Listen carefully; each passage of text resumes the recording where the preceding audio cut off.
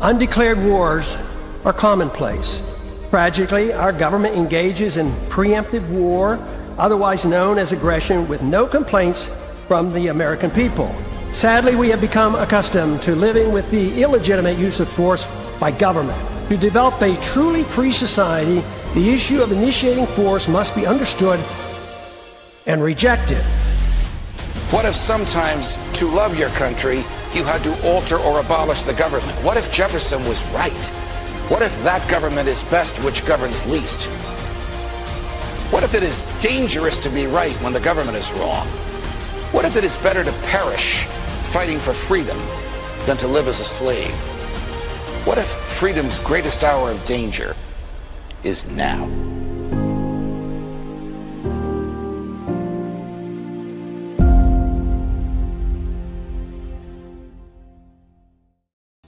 Hi, everyone. Judge Andrew Napolitano here for Judging Freedom. Today is Monday, January 12th, 2026. My dear friend Ray McGovern joins us now. Ray, thank you very much for your time.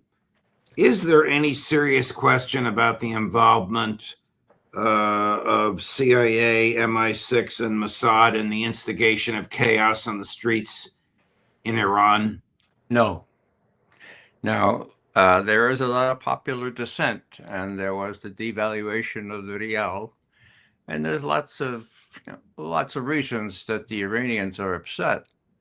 Many reasons are traced right back to the sanctions that the U.S. has imposed on Iran. But yeah, I mean, it's very, very clear. This has been done before. You go back to 1953, this is exactly what happened, and we have the Shah's son now, for God's sake, trying to pretend he has some support, which he does not. The Shah, of course, was the person the CIA sort of crafted as the monarch of Ukraine after they ousted Mohammad Mossadegh, who had been popularly elected, and that's the coup to which you're referring in 1953. Alistair Crook has said, and our buddy Larry Johnson will be on shortly after you, I believe, will also say that this coup has been a failure, that the tide has turned, and that the demonstrations we are seeing and will soon see are pro-government demonstrations. That's my information as well. Question is whether that doesn't make Netanyahu and Trump, by extension, even more apoplectic, even more willing to go ahead with what they had planned originally, even though these plans seem even worse than they were when they were conceived. So all bets are off here. But I think Larry and Alistair are quite right in saying that the demonstrations, such as they are now, are in favor of the government mostly. I don't know if you had a chance to hear Alistair, but he was describing in some detail the level of violence fomented by CIA, MI6, Mossad paid militias who beat the daylights out of people. And then the Iranian security forces come in and they try and stop the beatings. And then the people doing the beatings start shooting at the security forces. The security forces shoot back. People die. Innocent people die. And that's, of course, what the press picks up on. Yeah, Judge, it's worth recalling, the year I graduated from elementary school, 1953, this all happened before. Why? Well, because there was a popularly elected Prime Minister Mossadegh came in and said, hey, we Iranians, we should be able to profit a little bit more from the oil under our earth here. And what happened? MI6 took the fledgling CIA and said, look, this is what you do in an upstart land like Iran, thinks that the oil under its soil belongs to them. They fomented a coup.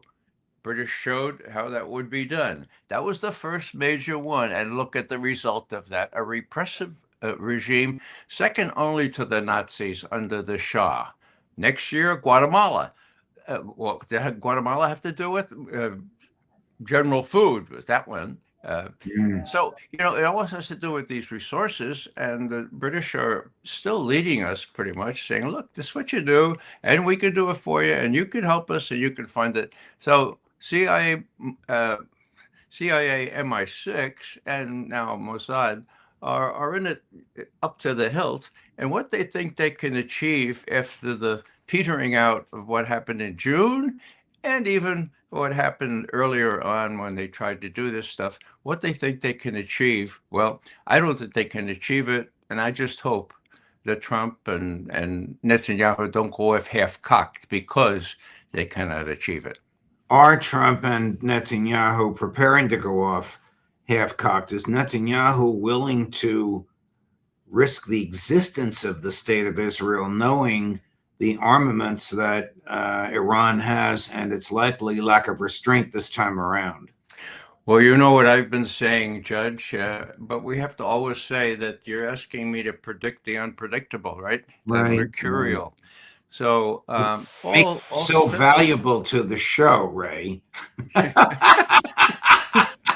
Yeah, but it's so, it's so feckless. I mean, it doesn't Trump have any good advisors? Well, I suspect he does. And I suspect that for the nonce, Tulsi Gabbard, while in the shadows, will come again and say, hey, Mr. President, I forgot to tell you again, but I told you back last March that Iran is not working on a nuclear weapon, and we still have no evidence that it is.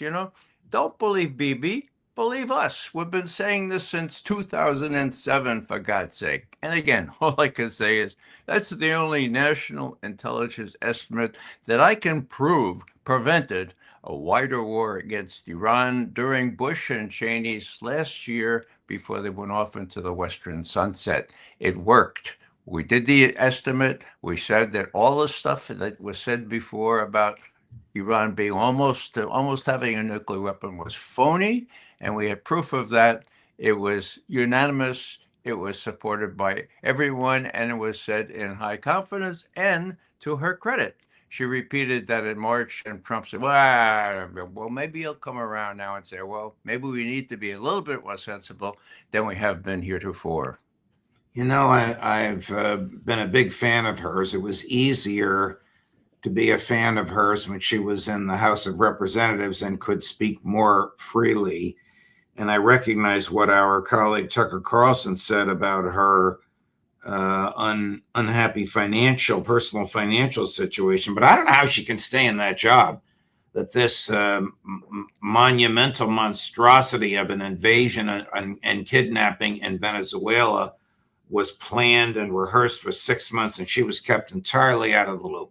They all either lied to her or kept from her what she should have known. I just don't know. But it's Judge, I briefed her when she was a representative as well. She's bright as hell. Right. And I think she's honest, basically. Now, it's not for me to say whether she's better inside or outside. Right. I used to say she ought to quit, but I don't know now. I mean, I recognize that argument. Yeah. That she might get something done on the inside, even though they humiliated her. She was showing selfies of herself on the beach in Hawaii while the attack was coming in 48 hours. I want to get to Trump's mind, about which you have opined a lot. Here he is on January 8th. It's only a 30-second clip from a 2-hour interview with the New York Times, but it's the one that everyone is talking about. You've probably seen it, but let's watch it together. Chris, cut number 2. Do you see any checks on your power on the world stage? Is there anything that could stop you if you wanted to? Yeah, there's one thing, my own morality, my own mind. It's the only thing that can stop, and that's law. Very good. I don't need international law. I'm not looking to hurt people. Is he of sound mind? Because he says, my mind, my morality, I don't need law. That sounds like a madman. He's not well, Judge. I've been saying that for months now, as you know. The question is how important people react to that. And I see Putin in the first instance, Xi in the second, trying to get along with him so that he doesn't do something really, really stupid. Now, with respect to morality, I have to tell you, my God, Trump couldn't get into an Ivy League college, right? He just couldn't, no matter how much money his uncle paid him, all right? So he went to Fordham, my alma mater. At Fordham in those days, he was a couple years behind me, believe it or not. Moral theology, otherwise known as ethics, was a required course in sophomore year. So he took that course. Now, his lawyers have forbade, under pain of very expensive lawsuits. Michael Cohen was the guy that did this. He told Fordham and the University of Pennsylvania, where Trump was finally let in by a friend of his from Queens, who was head of admissions, right? Okay. They finally intimidated them. Don't, under pain of lawsuits, do not release those transcripts. I would dearly love to know what the Jesuits gave Donald J. Trump, what mark they gave him in moral theology. He flunked, okay? Now, moral theology is something really important. You can't have your own morality, for God's sake. What bothers me most, Judge, as probably you know, is that Fordham will not speak out. They won't say, well, they don't have to release the marks. They're not supposed to do that. But they can say, well, people just realize that what Trump said is his morality is not the morality learned at Fordham or what we expose as our morality. Why don't they do that? They're afraid. And the silence, this cone of silence that prevents, in universities even, not less churches, from saying, look, this is not in any way moral, Christian, Islamic, Abrahamic theology. It's not moral to have your own moral theology, to disregard international law, disregard your domestic law, and disregard the tenets of morality like genocide and forced starvation. They won't speak out. And that's what bothers me most. The solution there, or the inevitable conclusion, Judge, is up to us, right? It's up to us, the faithful, to speak out. This happened before.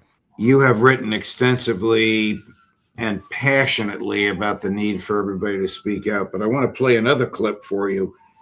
This is Anthony Scaramucci, who once was one of Trump's closest advisors. This is not very flattering, but it's fascinating. Chris, cut number 7. Miller and Trump are fascists. Okay, let's just stipulate that. And they're being unchecked by the U.S. Congress, who is very fearful of him, and they are intimidated by him. And those are the facts. And he was democratically elected. And he's, well, so was Hitler. Hitler rose to power on the 30th of January, 1933. He's democratically elected Chancellor of Germany. So what we know about, and by the way, think about what Trump is doing with January 6th. Okay, it's 5 years later. He's revived, and that's what classically what fascists do. But listen, if he loses the midterms, he said something last night that he knows he's going to get impeached because he's got an emoluments clause issue. He's broken the not profiting from the presidency. He's broken the Constitution. He's done a whole series of things that's going to cause a huge amount of problems for him. So your viewers know he's a fascist, and I know he's a fascist. And so the question is, are you going to check him or not? And if you're going to let 3 more years go with this fascist-like behavior, it's going to be a problem. Our friend Ron Unz publishes the Unz report, says the Trump doctrine is they have it, we want it, we take it. Yeah, that's some doctrine, isn't it? Scaramucci looked a little bit like Hickseth's father, didn't he? I mean, he had the same kind of, I mean, my God, this, well, anyhow, yeah, the morality, let me just dwell on this a little bit more. The year I entered Fordham College, Albert Camus won the Nobel Prize, okay? And why did he win it? Well, because he spoke out during World War II, and nobody else did, especially the church. And the Dominicans in this little this monastery in La Tour, France, asked him to come, hey, tell us how you thought the church acted during World War II. And what Camus said was, look, I, an atheist, I waited for a voice from Rome. And no voice came. And so I inquired, and I was told, oh, yes, there was a voice.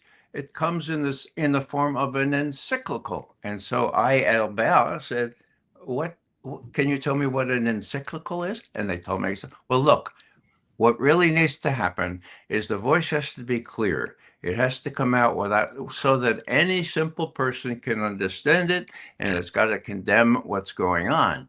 Now, that's what he told these Dominicans. That's what, what I say is necessary.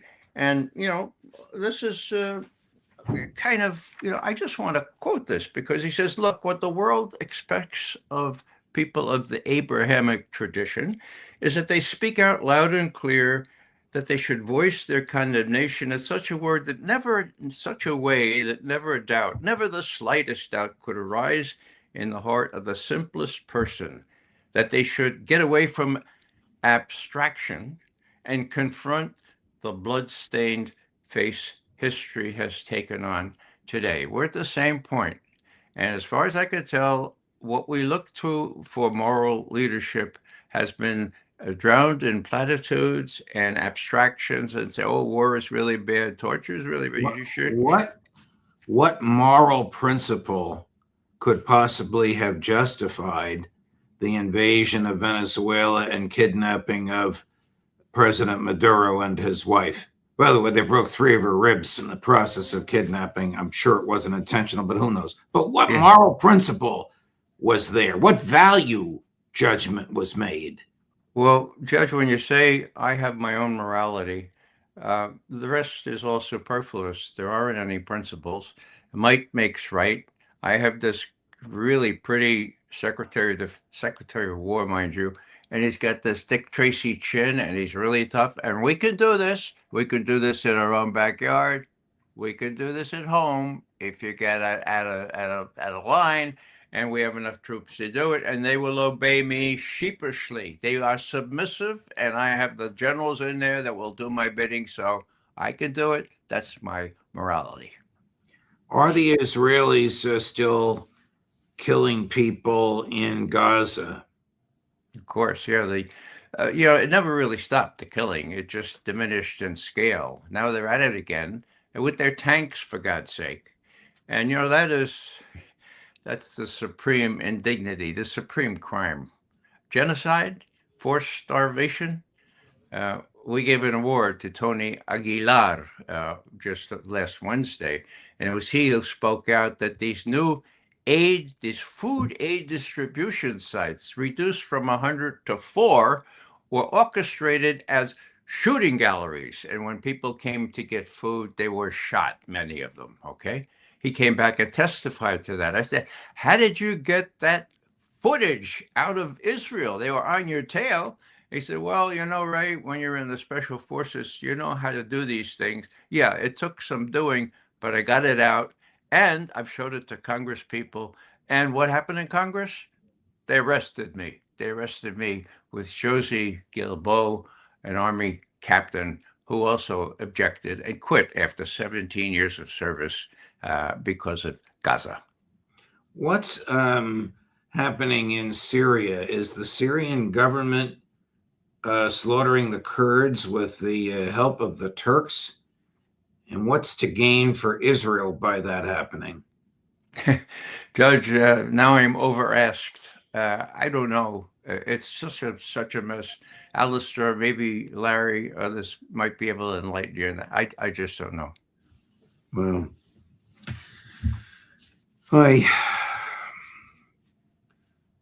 what are the dangers of a government that has no value, where the president is self-absorbed as much as this one? Well, Judge, it really depends on whether Putin and Xi are cautious, are perspicacious enough to humor him so he doesn't do any really stupid things, like strategically.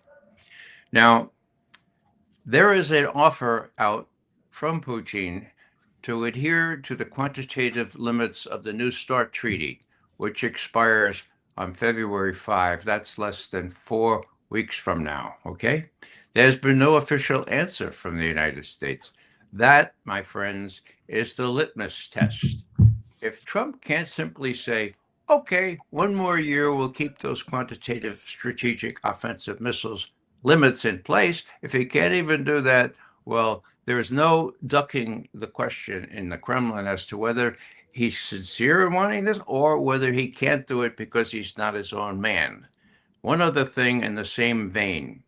A week ago, a control gizmo from a drone that was shot at Valdai, the presidential house there, was retrieved and given to the defense attaché's office in Moscow. It's been in Washington a week now, okay?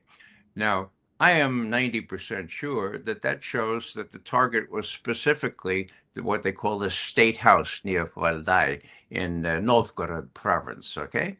What has the U.S. said? We don't know. Chances are they have said nothing, but there's also a chance that the CIA has been asked to examine this thing, and the CIA will inevitably come up and say, Trump is lying to you in your face, Mr. Trump. Look, that doesn't show that at all. If the U.S. response is either silence or, no, you're lying, Putin, all bets are off. That would be the death knell for these fledgling attempts at rapprochement with Russia. The saving grace is that on the very day of these attacks with the drones, 91 of them, that same day, Lavrov, the foreign minister, said, look, this is not going to derail our attempts to have a decent relationship and to continue talking to the United States.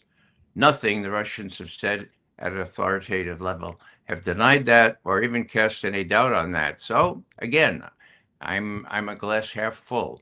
I think the Russians are holding out the prospect of continuing trying to create a decent relationship, but if they answer or they don't answer on this New START limitations renewal, and if they don't answer on this control mechanism that was given to them, Putin and his folks will have to draw their own conclusions, and I think they'll say, well, whether you can believe Trump or not that he likes it, and we've said we believe him, well, he can't do it because he's not his own man. We have to draw the necessary implications from that. Are you ready for a little touch of humor? The head of the foreign ministry, spokesman, Maria Zakharova, whom you've met, Judge, she replied to British Foreign Secretary Healy's remark about, if he'd get Putin, he'd arrest him and put him on trial for war crimes. What did Maria Zakharova say just 2 hours ago? What she said was this. What the Defense Secretary of Britain said about detaining our president for war crimes, these remarks are, quote, the wet dreams of British perverts, period, end quote. Now, that's not very diplomatic. She's but a the tough Russians are up cookie. to here with MI6 and they're up to here with Dennis Healy, right? Whether they're up to here with Trump, we'll have to see. It's just going to play out just in the next couple of weeks. Ray, thank you very much. I was going to run a clip of Netanyahu, but we'll save it for next time, and we'll end with that note. Thank you, my dear friend. We'll look forward to seeing you on Friday with Larry Johnson. All the best. Thank you, Judge. And the aforementioned Larry Johnson will be here at 11:30 this morning and at 3 this afternoon on all of these topics: Venezuela, Gaza, Ukraine, Iran. Scott Ritter, Judge Napolitano for Judging Freedom.